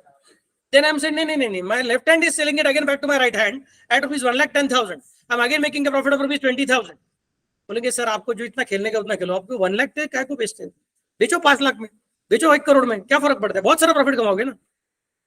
लेकिन हमारे हिसाब से वो प्रॉफिट यूजलेस है, बिकॉज आपका राइट हैंड और आपका लेफ्ट हैंड, इसको सेपरेट लीगल स्टेटस नहीं है। कानूनन आपका राइट हैंड मतलब आप हो, आपका लेफ्ट हैंड मतलब भी आप ही हो, तो you can not do the transaction with yourself. समझ में आ रहा है मैं क्या बोल रहा हूँ? And even if you are thinking that you are doing a transaction with yourself, still that transaction does not result into any profit. सबको समझा मैं कैसे बोल रहा हूँ? Is it clear all of you? Now come sir मैं तुझे क्या फर्क पड़ता है? इनकम टैक्स को फायदा हो जाएगा ना, मैं टैक्स भरने को तैयार है प्रॉफिट है करके। बोलते सर उल्टा भी हो जाएगा, बाद में आप लॉस क्लेम करने को आओगे। मैंने परचेस किया 70,000 में, अपने आपको बेचा 50,000 में, तो now there is a loss of 20,000। अपने आपको बेचा 30,000 में, loss of rupees 20,000। Income tax को बोलोगे अभी लॉस हो गया, मैं टैक्स नहीं भरूंगा, ऐसा थोड़ी चलता है। तो भैया सेपरेट लीगल स्टेटस होगा तो ही आपको हम लोग ट्रांजेक्शन कंसिडर करने को तैयार है। सेपरेट लीगल स्टेटस नहीं रहेगा तो हम ट्रांजेक्शन कंसिडर करना अलाउड ही नहीं है हमको, क्योंकि यह ट्रांजेक्शन ही नहीं है। For any transaction to happen there should be separate legal status between the parties who are entering into transaction. Who is giving the salary to the partners? मैं बोलूंगा firm is giving salary to the partners. Who is giving interest on capital? मैं बोलूंगा firm is giving interest on capital. बोलते sir but the firm is not different from you. You and your firm are same. That means there cannot be transaction between you and your firm. बोलता हूँ yes. What you are saying is true. लेकिन फिर भी हमको अभी ये ना arrangement करने का, हमको पता है हम क्या कर रहे हैं। हम अपने पास जो प्रॉफिट पहले आ रहा था उस प्रॉफिट को आधा आधा डिस्ट्रीब्यूट किया तो तकलीफ हो रहा था। काम करने वाले को लग रहा था कि मैं इतना काम करने का मुझे इतना ही मिल रहा है, मुझे काम का रेम्यूनरेशन कुछ नहीं मिल रहा है। पैसा देने को लग रहा था कि मैं पैसा दे रहा हूं बट मुझे उसमें कुछ नहीं मिल रहा है। तो हमने उसको सॉल्व करने के लिए उस प्रॉफिट के हमने अलग अलग टुकड़े करके रखे हुए हैं। पहले बड़ा वाला प्रॉफिट, उसका एक टुकड़ा रखा remuneration, but ultimately it is sharing of profit under the name of remuneration. यार समझ मैं क्या बोल रहा हूँ? Are you getting the point? फिर ये क्या है? Interest on capital. It is basically sharing of profit but under the name of interest on capital. तुमच्याकडे समजा करा छोटंसं लहान बाळ असेल, दादाला किंवा ताईला झालेलं, त्याला जेवू घालायचं असतं, तर रडतं ते, मला नाही जेवायचं आहे, इकडे नाचत असतो इकडे तिकडे म्हणून ते। तुम्ही काय म्हणतात? हा घास चिवचा, हा घास काऊचा। चिवचा पण नसतो, काऊचा पण नसतो, त्यातच असतोय। समजतं मैं क्या म्हणतो ते? So you are just telling कि भैया ये ऐसा वाला है, ये वैसा वाला है करके। सबको समझा मैं कैसे बोल रहा हूँ? वी आर ऍक्च्युअली, माझा छोटा भाऊ होता लहानपणी, त्याला थंड पाणी प्यायचं असायचं, थंड पाणी, आणि ते थंड पाणी प्यायला की त्याला पटकन टॉन्सिलचा त्रास व्हायचा, पण तो ऐकायचाच नाही, थंड पाणी पाहिजे असायचं। मग मी त्याला आयडिया काय करायचो, त्याच्या ग्लासामध्ये आधी पाणी ठेवायचं, स्टीलचा ग्लास ठेवायचा, आधीपासून पाणी भरलेलं असायचं, मग फ्रीज मधून बाटली काढायची, तिचं झाकण काढायचंच नाही, तसं फक्त असं करायचं, होय घ्या आता पिसेल, मग तो हो येस मला आवडलं पाणी म्हणजे छान राहिलं। He was never understanding what is happening. It is the same water which is given to him but it is told that it is a cold water. दे क्या रहे हैं? प्रॉफिट, बट नाम क्या रखेंगे? सैलरी। दे क्या रहे हैं? प्रॉफिट, बट नाम क्या रखेंगे? Interest on capital. प्रॉफिट बोलेगा तो पीएसआर के हिसाब से जाएगा, बट सैलरी बोलेगा तो 1 लाख के हिसाब से जाएगा। प्रॉफिट बोलेगा तो पीएसआर के हिसाब से जाएगा, बट इंटरेस्ट ऑन कैपिटल बोलेगा तो 12% के हिसाब से जाएगा। तो उसका basis is different, but ultimately it is given out of what? Given out of the same thing. सबको समझा मैं कैसे बोल रहा हूँ? अब मैं लास्ट एग्जांपल देता हूँ, फिर जल्दी समझेगा शायद, then I can go to the next point. हम पिज्जा खाते हैं, पिज्जा कैसे रहता है? गोल रहता है कि ट्रायंगुलर रहता है? समझे? Ultimately it is circular only. आप उसको चौकोन काटोगे तो भी वो सर्कुलर है, आप उसको ट्रायंगुलर काटोगे तो भी वो सर्कुलर है। यार समझ मैं कैसे बोल रहा हूँ? It is just for your convenience that you have decided कि हम लोग ऐसे ऐसा काट रहे हैं, बस बाकी कुछ नहीं। आप उसको स्क्वायर काटोगे, नहीं तो क्या अष्टकोण षटकोण कैसे भी काटोगे तो भी अल्टीमेटली है वैसे। सबको समझा मैं कैसे बोल रहा हूँ? सिर्फ हमने कन्वीनियंस, फिर हमको समझा यार अष्टकोण षटकोण काटने को जाएगा ना तो जरा डिफिकल्ट जाता है, वो हेक्सागोन में काटने का है वगैरह, ऑक्टागोन में काटने का है तो जरा डिफिकल्ट जाता है काटने के लिए। तो कन्वीनियंस के लिए हमने क्या बोला? If it is triangular it is easy, because इधर से स्ट्रेट लाइन उधर से स्ट्रेट लाइन अपना ट्रायंगल बन गया। समझा मैं कैसे बोल रहा हूँ? तो we are just drawing straight lines and cutting it on the straight lines, it becomes easy for the purpose of working. So it is basically convenience. It helps the people to understand that नहीं सबको equal मिल रहा है, सबको बराबर मिल रहा है, किसी को ज्यादा नहीं किसी को कम नहीं। यहाँ पे अपने को बोलना क्या? ये काम किसके लिए, ये रेम्यूनरेशन किसके लिए, रिवॉर्ड किसके लिए? For your work. ये रिवॉर्ड किसके लिए? Because you introduce capital, but it is out of what? Out of profit, so it is profit sharing. Accountant बोलेगा चलो सर मान लिया, तो you are just telling me कि इसका एंट्री करो, बट ये एक्चुअली पार्टनरशिप बिजनेस का खर्चा नहीं है, क्योंकि खर्चा करने के लिए जरूरी क्या हो जाएगा? खर्चा करने के लिए थर्ड पार्टी होना जरूरी है। अगर हमने बैंक को इंटरेस्ट दिया तो बैंक लोन का इंटरेस्ट इज आवर एक्सपेंडिचर। अगर हमने अपने पार्टनरशिप फर्म में एम्प्लॉयज हायर किए और एम्प्लॉयज को सैलरी दिया तो it is our expenditure. But अगर हमने पार्टनर को सैलरी दिया तो चलो ट्रांजेक्शन रिकॉर्ड करता हूं, but it is not an expenditure. अगर आपने पार्टनर को इंटरेस्ट इन कैपिटल दिया तो चलो ट्रांजेक्शन रिकॉर्ड करता हूं, but it is not an expenditure. ठीक है, यहां तक तो समझ में आया सबको? अरे कुछ तो बोलो। फिर आपके जैसे होशियार अकाउंटेंट है बोलते सर अभी और एक चीज याद रखना पड़ेगा आपको, लास्ट चीज कि सर आपने इंटरेस्ट ऑन कैपिटल दिया है, आपने सैलरी टू पार्टनर दिया है, आपने इंटरेस्ट ऑन बैंक लोन दिया है, आपने सैलरी टू वर्कर्स दिया हुआ है, आपने बोला ये भी रिकॉर्ड करो और ये भी रिकॉर्ड करो। आपने एक्सेप्ट किया कि ये वाला खर्चा है और ये वाला खर्चा नहीं है, सब मान लिया सर, लेकिन अभी सब इसको मुझे समराइज करना क्या साल के एंड में, साल भर एंट्री करते रहूंगा और साल के एंड में समराइज करना क्या, तो क्या बनेगा ट्रायल बैलेंस, और बाद में क्या बनेगा फाइनल अकाउंट्स में क्या बनेगा। अरे गांव के लोग पहले क्या बनता है ट्रेडिंग अकाउंट, बाद में क्या बनता है प्रॉफिट एंड लॉस अकाउंट।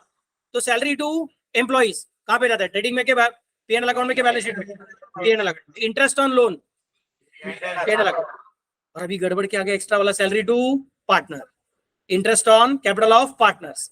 आपको याद रहेगा तो सोल ट्रेडिंग कंसर्न में भी ऐसा चीज आता था, और तभी आप सैलरी टू प्रोपराइटर को कहां पे डालते थे पीएनएल अकाउंट में डालते थे कि बैलेंस शीट में कैपिटल में ऐड करते थे, बैलेंस शीट में कैपिटल में ऐड करते। इंटरेस्ट ऑन कैपिटल रहेगा तो balance sheet liability side add to capital, interest on drawing रहेगा तो balance sheet liability side less from drawings, मतलब आप उसको पीएनएल अकाउंट में लेके नहीं जाते हो। यार समझ सकते मैं कैसे बोल रहा हूँ। So now there is a complication. अब ये पार्टनर सैलरी है, सैलरी बोलेगा तो फट से मन करता है जाओ पीएनएल अकाउंट के अंदर, बट पार्टनर्स सैलरी होने की वजह से पीएनएल अकाउंट के अंदर जाने का नहीं है, तो उसको कहां पे लेके जाना पड़ेगा, लेके जाना पड़ेगा पार्टनर्स कैपिटल में। क्या समझ सकते मैं कैसे बोल रहा हूँ, अरे कुछ तो बोलो। So now the situation is going to be very special. पहले क्या बनेगा ट्रेडिंग अकाउंट, मैं थोड़ा सा कंफ्यूज हो गया हूँ। ट्रेडिंग अकाउंट का बैलेंसिंग फिगर क्या रहता है, आवाज में दम नहीं है। अगर ग्रॉस प्रॉफिट रहेगा तो ट्रेडिंग अकाउंट के कौन से साइड में आता है,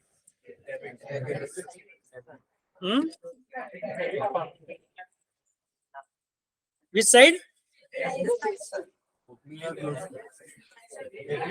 ट्रेडिंग अकाउंट के कौन से साइड में ग्रॉस प्रॉफिट आता है चार्टर्ड अकाउंटेंट लोग। अच्छा प्रॉफिट है ना, प्रॉफिट है ना, तो मेरे ख्याल से कल आपने कुछ मुझे चिल्ला चिल्ला के 3 अकाउंट के रूल सिखाए थे। एक था कुछ तो debit all expenses and losses, और दूसरा था credit all incomes and gains.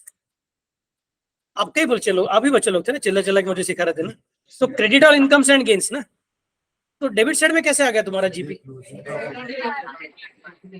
मालूम है तुम लोग, गुड, क्योंकि वो credit side is heavy, it's a balance of credit side on the debit side, just to equate it we are writing it on debit side, does not mean it is an item of debit side, it's an item of credit excess over debit। so बराबर है, वो credit all incomes and gains perfect है। फिर वो GP नीचे किधर आता है, P&L अकाउंट के क्रेडिट साइड, फिर उसके बाद में नीचे कौन आता है, और नेट प्रॉफिट कहाँ पे जाता है, balance sheet liability side capital account, बराबर। अब हम क्या करेंगे मन में थोड़ा सा एक एक्स्ट्रा चीज करेंगे, ये जो मैं तुमको बता रहा हूँ ये 12वीं के लिए एप्लीकेबल नहीं है, तो 12वीं के क्लास में इसको यूज करने का नहीं, 12वीं के पेपर में इसको यूज करने का नहीं, ये सिर्फ अपने को सीए फाउंडेशन के लिए यूज करने का। 12वीं के क्लास में सर मैडम लोग जो सिखाएंगे वही करने का। अगर उन्होंने भी यही सिखाया जो मैं बोल रहा हूँ तो इसका मतलब महाराष्ट्र स्टेट बोर्ड ने वो सिलेबस चेंज करके दिया रहेगा। अगर उन्होंने अलग सिखाया तो टेंशन नहीं लेने का, महाराष्ट्र स्टेट बोर्ड का सिलेबस सिखा रहे। समझ में कैसे बोल रहा हूँ। सो आर्ग्यूमेंट करते मत बैठना सर हम तो मालूम है एक्चुअली ये you are studying something extra. समझ में कैसे बोल रहा हूँ। तो अभी हम लोग क्या बनाएंगे, सबसे पहले ट्रेडिंग अकाउंट, बाद में क्या बनाएंगे P&L अकाउंट, और बाद में क्या बनाएंगे P&L अप्रोप्रिएशन अकाउंट। क्या नाम दिया मैंने, जब मैं ट्रेडिंग की बात करता हूं तो उसके अंदर के जो ट्रांजैक्शंस है those are the transactions which involve a third party, which involve a third party. जब मैं P&L अकाउंट की बात करता हूं तो those are the transactions which involve again third party, one party is the business, other party is the third party. समझा मैं कैसे बोल रहा हूं। बट जब मैं P&L अप्रोप्रिएशन अकाउंट की बात करता हूं तो वहां पे one party is the firm which is nothing but all partners taken together, and other party is one of the partners who is either entitled to salary or entitled to interest on capital or something of that sort। सबको समझा मैं कैसे बोल रहा हूँ। सो P&L appropriation account में एक party कौन है, फर्म, मतलब अल्टीमेटली ऑल पार्टनर्स, और दूसरी पार्टी कौन है, फर्म, मतलब ultimately one of the partners. समझ मैं कैसे बोल रहा हूँ। तो फटाफट से बताओ पहले क्या बनेगा, ट्रेडिंग अकाउंट। ट्रेडिंग अकाउंट के अंदर ट्रांजैक्शंस किसके साथ करने वाले हम लोग, थर्ड पार्टी के साथ के ट्रांजैक्शन। P&L अकाउंट में ट्रेडिंग अकाउंट और P&L अकाउंट में फर्क क्या है, उधर डायरेक्ट ट्रांजैक्शंस, इधर I hope everybody remembers that. बाद में डायरेक्टली बैलेंस शीट बनेगा के बाद में अप्रोप्रिएशन अकाउंट बनेगा। अप्रोप्रिएशन अकाउंट नॉर्मल अकाउंट ऐसे बिहेव करेगा, मतलब अगर कुछ इनकम रहेगा तो अप्रोप्रिएशन के क्रेडिट में, और अगर कुछ एक्सपेंडिचर जैसा रहेगा तो अप्रोप्रिएशन के डेबिट। अभी ठीक से सुनना, गाइड मत कर। तो बता रहा हूं मुझे interest on capital, interest on capital partnership firm के लिए इनकम रहेगा कि पार्टनरशिप फर्म के लिए एक्सपेंडिचर जैसा रहेगा, मतलब interest on capital should come to side of appropriations and interest on drawings credit side of P&L appropriation account. सबको समझा मैं क्या बोल रहा हूँ? सैलरी टू पार्टनर मतलब P&L appropriation account and sharing of profit between the partners. Maybe 3 partner रहेंगे 1/3, 2:1, अलग-अलग उनका रेशियो रह सकता है. So it will be on which side of P&L appropriation account? You are giving the profit to the partners in equal ratio or in particular ratio which is agreed by them. तो उसका entry appropriation account के कौन से side में आएगा? GP किधर था? Debit में. एनपी किधर था? डेबिट में. फिर जीपी को ट्रेडिंग अकाउंट के डेबिट से उठा के P&L के क्रेडिट में डाला. फिर एनपी निकाला. एनपी को P&L अकाउंट के डेबिट से निकाल के P&L अप्रोप्रिएशन के क्रेडिट में डाला. फिर P&L अप्रोप्रिएशन के क्रेडिट में कौन बैठा है? बचा कुचा प्रॉफिट. उस प्रॉफिट के डेबिट साइड में कौन बैठा? Interest on capital. फिर कौन बैठा? Salary to partner. उसके बाद में भी अगर कुछ प्रॉफिट क्रेडिट साइड में बचा तो उस प्रॉफिट को तुमको ट्रांसफर करने का पार्टनर्स कैपिटल में.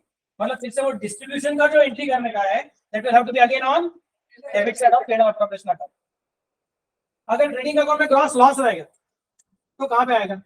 ट्रेडिंग के क्रेडिट में. मतलब P&L के क्रेडिट. क्या समझ सकते हो कैसे बोल रहा हूँ? नेट लॉस रहेगा P&L अकाउंट में तो कहां पे आएगा? P&L के क्रेडिट में. मतलब अप्रोप्रिएशन के डेबिट में. फिर वो लॉस तुमको पार्टनर को डिस्ट्रीब्यूट करने का है. Then it will have to be debit side is heavy. तो डेबिट साइड फिर से नहीं लिख सकते हो. तुमको कहां पे लिखना पड़ेगा? क्रेडिट. सबको समझा मैं कैसे बोल रहा हूँ? Can you visualize no P&L appropriation account? P&L appropriation account में कितने कॉलम्स रहेंगे तुम बताओ? डेबिट साइड में दो, क्रेडिट साइड में दो. एक कौन? Particulars amount, particulars amount. P&L appropriation account के क्रेडिट साइड में क्या आता है? By NP brought down. NP brought down मतलब क्या है? डेबिट साइड में क्या आएगा? To int on cap. मतलब क्या? उसमें शायद 2 पार्टनर्स को इंटरेस्ट कैपिटल रहेगा, 3 पार्टनर्स को इंटरेस्ट कैपिटल रहेगा. जिनका नाम रहेगा उनको इनर कॉलम में लिखने का. ए बी सी उनका जो इंटरेस्ट रहेगा वो इनर कॉलम में आएगा. P&L अप्रोप्रिएशन अकाउंट के इनर कॉलम आएगा. मतलब अमाउंट के 2 कॉलम ऐसा सोचो. एक इनर कॉलम और एक आउटर कॉलम. जो तुम ट्रेडिंग अकाउंट में कर रहे हो आउटस्टैंडिंग प्रीपेड का एडजस्टमेंट करने के लिए, वैसे यहाँ पे भी होने वाला. सबको समझा मैं कैसे बोल रहा हूँ? अरे कुछ तो बोलो. तो फिर से एक बात. डेबिट क्रेडिट साइड में क्या आया? By NP brought down. Debit side में क्या आया? To int on cap underline. उसके नीचे A B C inner column में अमाउंट, उसका आउटर कॉलम में टोटली. क्रेडिट साइड में बाय इंटू ऑन डीआरजी. मतलब क्या रहेगी? Interest on drawing underline. फिर उसको है एबीसी. उसका टोटलिंग इनर कॉलम से आउटर कॉलम में लेके जाना है. फिर बाद में टू सेल टू पार्ट. मतलब क्या? फुल फॉर्म सबको फुल फॉर्म देखो. जगह छोटा रहेगा तो शॉर्ट फॉर्म लिखो.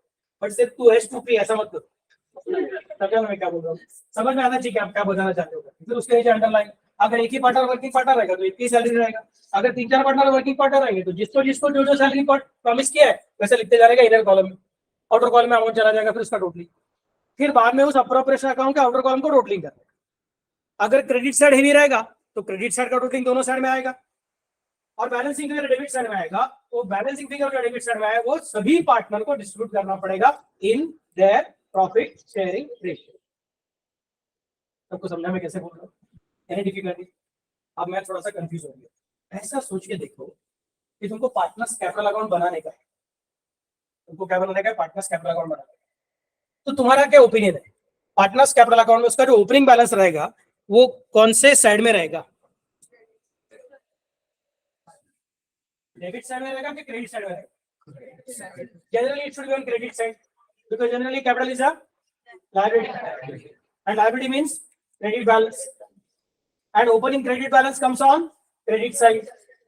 ये थोड़ा सा अटपटा चीज है. I am going away from partnership accounts, going into basics of your accountancy. There are 2 questions to be kept in mind. This particular problem I have seen even in the students of CA final many times. फट से clear नहीं था उनको. फट से पूछा तो गड़बड़ कर देते. और उसका कारण अपना 11वीं में थोड़ा ध्यान कम रहता है इस पर्टिकुलर कंसेप्ट की तरफ. क्लास में फटाफट से आगे रहते हैं सब लोग. कुछ कर नहीं सकते क्योंकि सिलेबस काफी बड़ा रहता है. छोटा सा पॉइंट याद रखिए. There are 2 different questions. First question, what is the nature of balance? And second question, where to write the balance. 2 अलग-अलग क्वेश्चन बोला मैंने. एक क्या है? What is the nature of balance, और दूसरा क्या बोला मैंने, where to find the balance. These are two different questions. They are totally different questions, and therefore their logics are totally different when you are answering them. पहला question क्या बोला मैंने, what is the nature of balance. Nature of balance कौन decide करता है, जो side heavy उसका balance. Simple. If debit side is heavy then it is debit balance. If credit side is heavy, then it is credit balance. Simple. Debit side is heavy तो debit balance, credit side heavy तो credit balance. जिसका पलड़ा भारी उसका balance. सबको समझा मैं क्या बोल रहा हूँ. I am repeating again. whichever side is heavy उसका balance. Debit side heavy, credit side heavy. इसके आगे जब भी कभी तुम्हारे सामने कोई बोलेगा so and so account is having a debit balance, पर उन्हें फट से आना चाहिए कि वो अकाउंट बड़ा वाला रहेगा, उसमें डेबिट साइड में बहुत सारा एंट्री रहेगा, क्रेडिट साइड में थोड़ा थोड़ा एंट्री रहेगा, और डेबिट साइड के एंट्री का टोटलिंग ज्यादा रहेगा, इसके से डेबिट साइड हेवी हो गया रहेगा, इसके लिए वो डेबिट बैलेंस. कोई बोलेगा so and so account is having a credit balance, तुम्हारे दिमाग में फट से आना चाहिए उस अकाउंट में बहुत सारा एंट्रीज रहेगा, उसमें क्रेडिट साइड का एंट्रीज का टोटलिंग डेबिट साइड के एंट्रीज के टोटलिंग के मुकाबले ज्यादा रहेगा, इसके लिए वो क्रेडिट बैलेंस. जिसका पलड़ा भारी उसका बैलेंस, जो साइड हेवी उसका balance. Clear? Any confusion?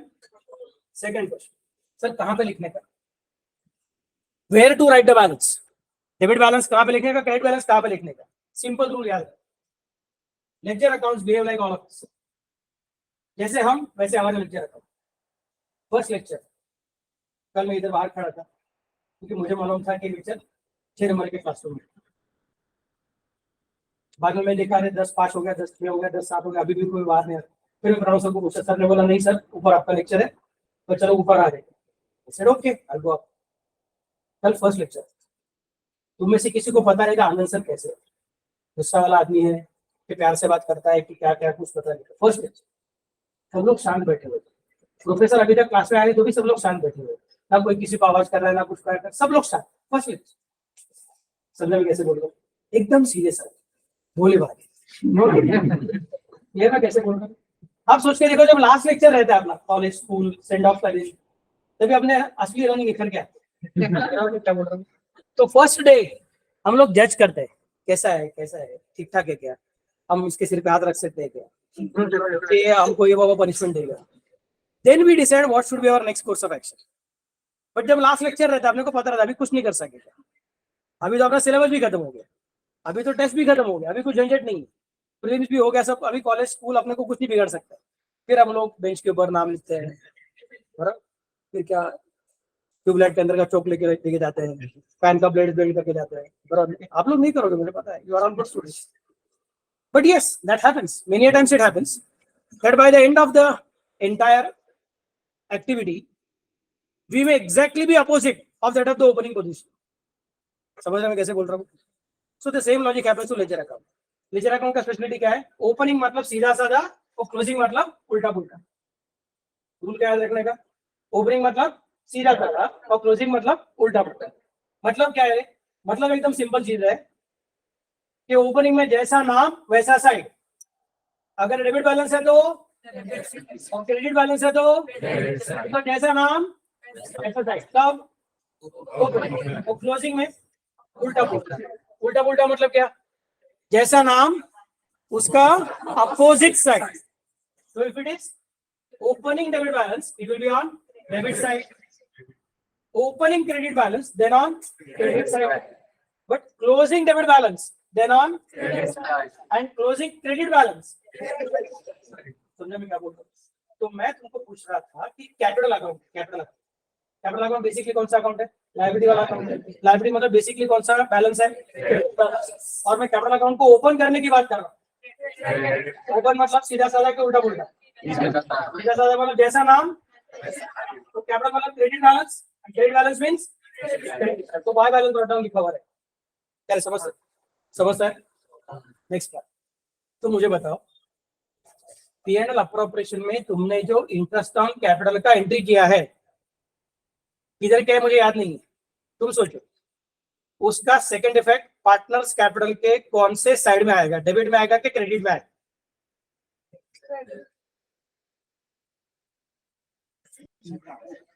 Interest on capital का एंट्री पार्टनर्स कैपिटल में आप कौन से साइड में पोस्ट करोगे, डेबिट में करोगे कि क्रेडिट में करोगे. देखो लेजर अकाउंट को दो साइड है तो दोनों आंसर आना चाहिए, एक बोलेगा डेबिट एक बोलेगा क्रेडिट, पूरा क्लास का आंसर बराबर बराबर। जाओ खेलो, सोचो सोचो।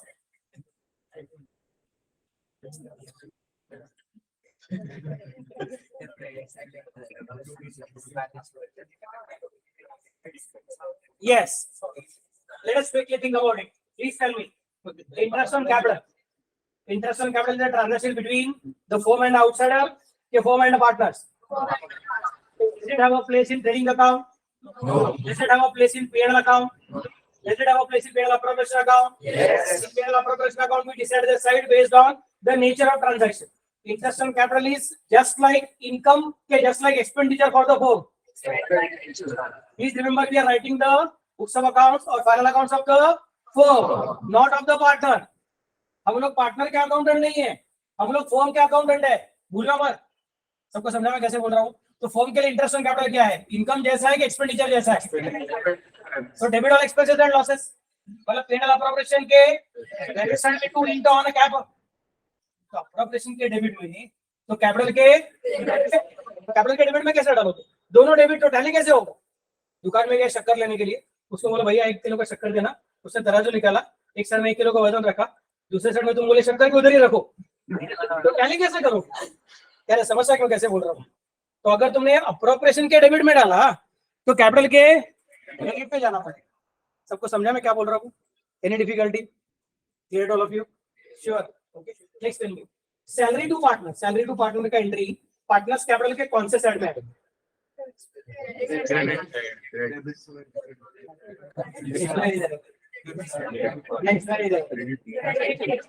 पार्टनर्स कैपिटल की बात करो, पार्टनर्स कैपिटल क्रेडिट साइड में जाएगा, अप्रोप्रिएशन के और कैपिटल के क्रेडिट। सबको समझा मैं कैसे बोल रहा हूँ? Then comes the next part, interest on drawing का एंट्री कैपिटल अकाउंट में कहां पे जाएगा? क्योंकि interest on capital, sorry interest on drawing is for the firm more like income, तो more will go to P&L appropriation account credit. Appropriation के credit में मतलब पार्टनर्स कैपिटल के डेबिट। अब एक छोटा सा पॉइंट फिर आज का लेक्चर खत्म, प्लीज चलिए। मतलब पार्टनर्स कैपिटल में ओपनिंग बैलेंस रहेगा, am I correct? फिर उसके बाद में उसमें क्रेडिट साइड में बाय इंटरेस्ट ऑन कैपिटल का एंट्री आएगा और डेबिट साइड में टू इंटरेस्ट ऑन ड्राइंग का एंट्री आएगा, और फिर बचा कुछ जो प्रॉफिट वहां पे पड़ा हुआ है अप्रोप्रिएशन के अंदर का, उसको हम लोग पे साइड में डिवाइड करेंगे। प्रॉफिट रहेगा तो अप्रोप्रिएशन के डेबिट में, अप्रोप्रिएशन के डेबिट में मतलब पार्टनर्स कैपिटल के क्रेडिट में, या फिर लॉस रहेगा तो अप्रोप्रिएशन के क्रेडिट में, जैसा ऊपर ग्रॉस लॉस, जैसा ऊपर नेट लॉस, वैसा अप्रोप्रिएशन का भी लॉस। यार समझ सकते मैं कैसे बोल रहा हूँ? तो अल्टीमेटली पार्टनर्स कैपिटल के डेबिट में पड़ेगा। तो प्लीज टेल मी, ये सब एडजस्टमेंट्स करने के बाद opening balance, interest on capital, net profit of the current year, interest on drawing and net loss of the current year refund, ये सब एडजस्टमेंट करने के बाद हम लोग पार्टनर का क्लोजिंग बैलेंस कैलकुलेट करेंगे कैपिटल का। तो opening balance of partners capital and closing balance of partners capital ये सेम रहेगा कि अलग अलग रहेगा? अलग अलग रहेगा। समझ आया सबको? अरे कुछ तो बोलो। It is not going to be same, it is going to be different. तो होने दो ना सर, क्या फर्क पड़ता है? फर्क अभी नहीं फर्क पड़ेगा, but if you are a real legal expert then you will quickly understand that a person like me or Kaustubh sir, who is let us say a sleeping partner in our partnership firm, in the first year we are saying that हमारा जो capital है उसका amount है let us say 1 crore, 1 crore के ऊपर अपने को 12 लाख का इंटरेस्ट मिलेगा, मतलब 12 लाख। समझ सकते कैसे बोल रहा हूँ? और हमारा खुद का एफडी सब बहुत सारा है, अलग अलग शेयर मार्केट का ट्रांजेक्शन से, उससे हमारा घर चलता है। तो हमने 1 करोड़ का कैपिटल रखा कैपिटल अकाउंट के क्रेडिट साइड में, उसमें 12 लाख रुपए का इंटरेस्ट ऐड हो गया करंट ईयर का। सपोज हमने बोला हमको प्रॉफिट नहीं चाहिए, जस्ट एग्जांपल, एक्चुअली प्रॉफिट हमको मिलने वाला है, दैट्स अ डिफरेंट स्टोरी। तो भी हमारा कैपिटल का क्लोजिंग बैलेंस क्या हो जाएगा? 1 करोड़ 12 लाख। हमने ड्राइंग भी कुछ नहीं किया क्योंकि हमारे घर चलाने के हमारे पास पैसा है। ड्राइंग है नहीं तो इंटरेस्ट ऑन ड्राइंग आएगा नहीं। सैलरी तो हमको है नहीं, सैलरी तो आपको था, आप तो वर्किंग पार्टनर से। तो 1 करोड़ का हमारा ओपनिंग बैलेंस और 12 लाख का हमारा इंटरेस्ट ऑन कैपिटल, मतलब हो गया 1 करोड़ 12 लाख। क्या समझ सकते मैं कैसे बोल रहा हूँ? तो हमारा क्लोजिंग बैलेंस अगले साल कैपिटल का ओपनिंग बैलेंस क्या बन जाएगा? 1 करोड़ 12 लाख। तो अगले साल इंटरेस्ट किसके ऊपर आएगा? 1 करोड़ के ऊपर, 1 करोड़ 12 लाख के ऊपर। बोलोगे सर आपने कुछ किया नहीं, तो आराम से कर रहे थे, एक तो चिंता केवाईसी चिंता इधर उधर पैसे ले रुपये और बाद में घर पे जाके सोना, और ऊपर से लास्ट ईयर 1 करोड़ के ऊपर इंटरेस्ट, इस साल 1 करोड़ 12 लाख पे इंटरेस्ट। तो ये बराबर नहीं, दिस इज कॉम्प्लिकेटेड थिंग। मैं बोलूंगा फिर इससे छुटकारा कैसे पाने का? तो देन पार्टनर्स में agree that they may have two different ways of maintaining capital account. One is capital account and one is current account. जैसा बैंक में अपना फिक्स डिपॉजिट का अकाउंट रह सकता है और वैसे अपना करंट अकाउंट रह सकता है। एफडी अकाउंट अलग रहता है, एफडी में पैसा डाल दिया बस खत्म। और करंट अकाउंट बार बार पैसा डाल भी सकते हैं, निकाल भी सकते हो, डाल भी सकते हैं, निकाल भी सकते हैं। That is current account, like electric current, continuously moving, continuously changing. तो वैसे हम लोग बोलेंगे पार्टनर्स में ये सोल प्रोप्राइटरी में जनरेट नहीं, क्योंकि वहां पे सिंगल ओनर है, तो जो ऐसा उसका ही है। पार्टनरशिप में झमेला आ सकता है, specially sleeping partner, working partner रहेंगे तो इंटरेस्ट ऑन कैपिटल वगैरह की वजह से फर्क पड़ सकता है। तो इसमें से छुटकारा पाने के लिए कोई पार्टनरशिप ऐसा बोल सकता है कि we will have different ways of maintaining capital. One will be called as fixed capital and one will be called as current. One is a capital account, one is a current account. ठीक से सुनिएगा, one is a capital account, one is a current account. Capital account का मकसद क्या रहेगा? Just to show original capital कितना लाया हो। और तुम ये साल भर जो खेलते रहोगे ना, salary to partner, interest on capital, interest on drawings, net share of net profit, उसका सबका एंट्री कैपिटल अकाउंट के अंदर डालने का नहीं। उसका एंट्री करने के लिए क्या यूज करने का? कैपिटल अकाउंट भी किसका है? ए बी सी डी, चारों पार्टनर का है। करंट अकाउंट भी किसका रहेगा? ए बी सी डी, चारों पार्टनर का रहेगा। कैपिटल अकाउंट भी फॉर्म के लिए क्या है? लायबिलिटी है। करंट अकाउंट भी फॉर्म के लिए क्या है? लायबिलिटी है। हाँ, उसको डेबिट बैलेंस आ जाएगा तो एसेट बन जाएगा, but basically general it is liability. क्या समझ आएगा कैसे बोल रहा हूँ?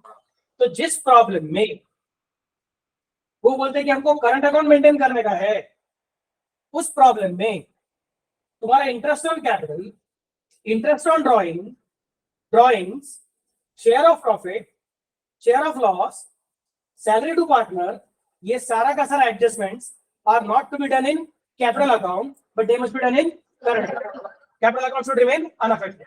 तो opening balance of capital and closing balance of capital will be exactly same. तो लास्ट ईयर 1 करोड़ के ऊपर 12 लाख, अगले साल 1 करोड़ के ऊपर 12। क्या समझ सकते हो कैसे बोल रहा हूँ? मतलब खाली फोकट इंटरेस्ट चेंज नहीं है। This system is called as fixed capital system और फिक्स्ड कैपिटल मेथड। क्या बना है सर? और जिस सिस्टम में तो बोलते हैं करंट अकाउंट नहीं चाहिए, जो खेलना है कैपिटल अकाउंट के तरीके से, it is called as fluctuating capital system. ऊपर नीचे हो गया, variable, fluctuate. So there are how many methods of capital account? 2 methods. One is fixed capital method, one is fluctuating capital. In fixed capital method, you have capital account as well as current account. In fluctuating capital, you only have capital account. In fixed capital, the entries for net profit, net loss, salary, interest on capital, interest on drawings, all are made in current account, and capital account is remaining unaffected. On the other hand, in fluctuating capital, all the entries of net profit, net loss, salary, interest on capital, interest on drawing, everything is made in capital account itself, because there is no current account. Confusion होता है, फिर से एक बार last time पूछता हूँ, फटाफट से मुझे मदद करना। पार्टनरशिप फॉर्म में कैपिटल मेंटेन करने के कितने मेथड्स अवेलेबल है? तो मेरा एक पार्टनरशिप फॉर्म है, मैं दोनों मेथड से कैपिटल अकाउंट मेंटेन कर सकता हूँ क्या? No. Either I can go for fixed capital or I can go for fluctuating capital. But if one partnership firm is following fixed capital, does not mean all other partnership firm must follow fixed capital. ऐसा कुछ नहीं। Your firm can choose कि हमको fixed capital follow करना है कि हमको fluctuating capital follow करना है। जो follow करोगे उसके हिसाब से तुम्हारा account maintain करने का system change हो जाएगा। If you decide to follow fixed capital, then you have to maintain number 1 capital account, number 2 current account, and adjustments of current year net profit, net loss, share profit, interest in capital, interest on drawing, salary, etc. should be made in capital account. Nothing to be done in capital account. Capital account को opening balance, closing balance remains same. Only unless there is special extra capital brought in. बोलेगा इस साल में नया capital लेके आता, सबने agree किया, नया कैपिटल लेके आया तो कैपिटल बढ़ गया, वरना कैपिटल अकाउंट को हाथ लगाने का नहीं। And if your firm decides to follow fluctuating capital, then you will only have current account. You will only have capital account. You won't have current account at all. So all adjustments will be made in capital account. How many methods? First one, Second one, can you follow both at the same time? No. You can either follow fixed capital or follow fluctuating capital. In fixed capital, how many different accounts are maintained? Two. One is capital current, in which all adjustments of current and net profit, current year salary, current year interest and capital, drawings, etc., all made in capital account remains unaffected, same as it is. And if you are following fluctuating capital, how many accounts you are going to maintain? What is that? All adjustments of current and net profit, net loss, your तुम्हारा salary और interest and capital, interest and drawing, everything made in. सबको समझा? उसके अलावा trading account रहेगा कि नहीं रहेगा? उसमें डायरेक्ट ट्रांजैक्शंस रहेगा, P&L अकाउंट, और उसके अलावा एक्स्ट्रा अकाउंट कौन सा रहेगा? शेयर मार्केट के अंदर डायरेक्ट ट्रांजैक्शंस रहेंगे कि इनडायरेक्ट ट्रांजैक्शंस रहेंगे कि पार्टनर के साथ के ट्रांजैक्शन रहेंगे? अब एक क्लास का छोटा सा पार्ट बोलता हूं, सच में बंद करना, तुम कितना ही बोलोगे आगे नहीं सिखाऊंगा, बस इतना ही कर दो। क्लास का part, please tell me, I am a partner, I am a partner and I have also given loan to the partnership firm. So I have not only given capital to the partnership firm, I have also given loan to the partnership firm. Or maybe I am the partner and I am the owner of the shop where the partnership firm is doing the business. So I am associated to the partnership in two different capacities. Number one, as the owner of the shop, and number two, as partner. Or maybe as a lender who has given loan, as well as the partner who has introduced capital. So the rent which is paid to the partner, tell me, it's a transaction between the firm and partner, because the owner is partner and tenant is firm. तो मैं थोड़ा confuse हो गया हूं, तो मुझे बताओ ये रेंट को कहां पे कंसीडर करेंगे? ट्रेडिंग अकाउंट के P&L अकाउंट के P&L appropriation account? How many of you feel it is P&L appropriation account? Please raise your hand. Everyone. How many of you feel P&L appropriation account? How many of you feel P&L account? And how many of you feel nothing?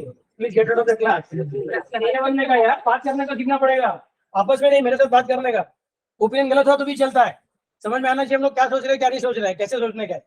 Please remember that if it's a transaction not in the capacity as a partner, I repeat, if it's a transaction but not in the capacity as a partner, if it's a transaction in any other capacity than a partner, then it should not be an appropriation account, it should be in P&L. तो lender करके partner है और उसको interest on capital मिल रहा है, it should be considered in P&L account, but partner capital के ऊपर का interest will be capital on current account, ऐसे केस में भी चलता है। अब आंसर नक्की कळला, रेंट देता है तुम्ही, ते पार्टनर म्हणून देताय का ओनर म्हणून देताय? ओनर म्हणून. That means it will be a different transaction, not in the capacity as a partner but it's in the capacity as a owner and tenant. समजतं मी काय म्हणतो ते? मध्ये कुठे जाईल? म्हणजे फॅक्टरी असेल तर ट्रेडिंग मध्ये आणि ऑफिस असेल तर P&L. समजतं मी काय बोलतो ते? No answer. आपण काय काय शिकलो? पार्टनरशिपच्या फायनल अकाउंटमध्ये काय काय गोष्टी असतात? पहिला पॉईंट कुठला असतो? नेहमीप्रमाणे ट्रेडिंग. मग काय असतं? काय असतं? त्याच्या पुढे काय असू शकतं? बॅलन्सशीटच्या आधी काय येतं? Capital. Capital account single column असेल का ट्रिपल कॉलम असतील? ट्रिपल. 4 टाइम्स जितने पार्टनर्स रहेंगे उतने कॉलम रहेंगे. डेबिट साइड में उतने कॉलम, क्रेडिट साइड में उतने column. Particulars ABC, particulars ABC. कळतं मी काय म्हणतो ते? त्याच्या पुढे आपण काय शिकलो?